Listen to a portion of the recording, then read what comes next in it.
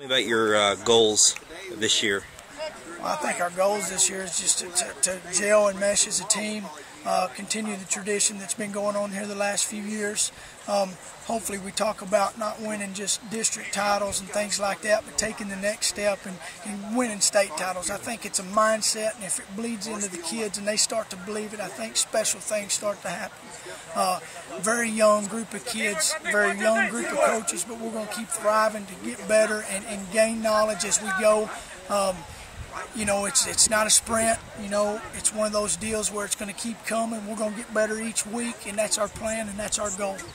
And what about your offense now? Because I see a lot of it, not as much as running, but throwing now. Well, and a lot of it is, you know, it's smoke and mirrors too. The thing you want to do, especially with a back like Grady, is you don't want to be in there too tight, wing and stuff like that. That's great offenses, but it also makes the defense compact and get more guys in the box. You want to spread those guys out and let that guy got some room to run, guys like that. We got some young guys too, like Nico and Foster, that are going to be able to run the pop and do some things at the slot receivers and throw those little spot screens out there to stretch the defense out so we can run up inside. So are you doing mixes of running and throwing at the same time? Absolutely. You know, we're bringing the whole thing from Irving Nimitz with what Stephen Hornberger was doing there. It's what we call the power spread. It's just a fancy name of, you know, two back running the power, the GH, and then being able to stretch the ball down the field off the play actions and being able to utilize the screen game. And what about this tradition now, since tradition's been there for 4 years with playoffs and winning district championship last year, and what your improvements this year to help that district championship happening again?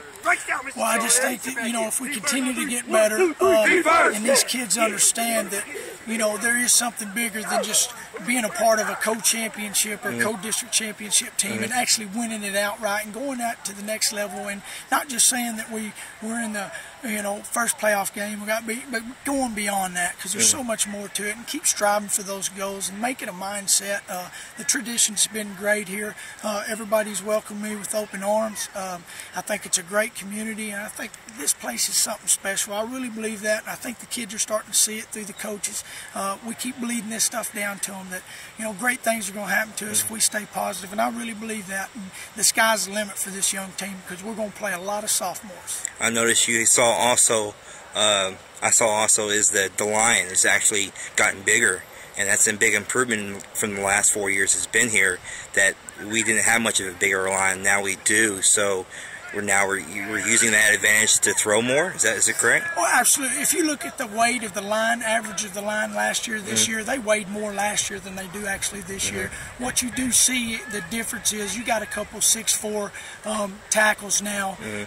You got a taller line. Doesn't necessarily mean bigger and stronger, especially because they're young. What we're going to do is utilize them not being as big as they have in the past, and being able to get out on those screens and being able to use the outside zone technique and stuff like that to utilize our run game and the pass game with them. But I don't think the size has been any different. I think they've actually been bigger, especially when I look at the numbers. It's just those young kids coming in, they're just taller. Now, they're going to grow into their bodies, but they're going to grow into this system as they grow into their bodies, and it's going to be dangerous here for a few years. And for when you say as a young team, how many sophomores do you have? It is starting for this year. Well, just like tonight, I had no sophomores on the varsity, but tonight I moved 2 up during practice because they've shown it. I got a feeling that there's going to be more. And there's an old saying by coaches, and I believe them, every sophomore you start, it's a loss that you're going to have during the season. I think they've got to learn quick and on the fly, but I'm not afraid. I see the long-term goal here, and I think the sooner we get them in there and the sooner they're learning our system and our scheme and gelling with the older guys, the better we're going to be in the long run. And the stretch, which the stretch to me is that starting with Kemp in that district race and then going into the playoffs, because non-district to me is just getting our team ready. I'm not really worried about wins and losses there. Yeah, it's great to win, but I'm trying to get this thing ready and that train rolling when we get to district. And you guys do have a weaker district to have it for your advantage. Is that correct? I think it actually got stronger when you look at it. we end up, I think they got to pick fourth, and it's usually rightfully so. North Forney, they're in there. They've actually got a senior class now. Of course, they're bigger than us. I think we're third or fourth size in our district, actually. Kaufman's always strong. Crandall's always strong. North Forney's going to be up there, even though they got a new coach. I hear he's going to be a good one. But you add that senior class in there and that experience, there's 3 good football teams right there. Then the rest of us are kind of falling in. But I'll take my odds with my little guys. Mm-hmm. Is there anything else you want to say? And tell me your last game, your first starting game is, and what time does that start? The first starting game will be against Fairfield. It'll be at 7:30. It'll be at our place and the new stadium. The community here has done a wonderful job of getting this money for us and getting the stadium put up. We just actually got the home field in there. The home side stands complete.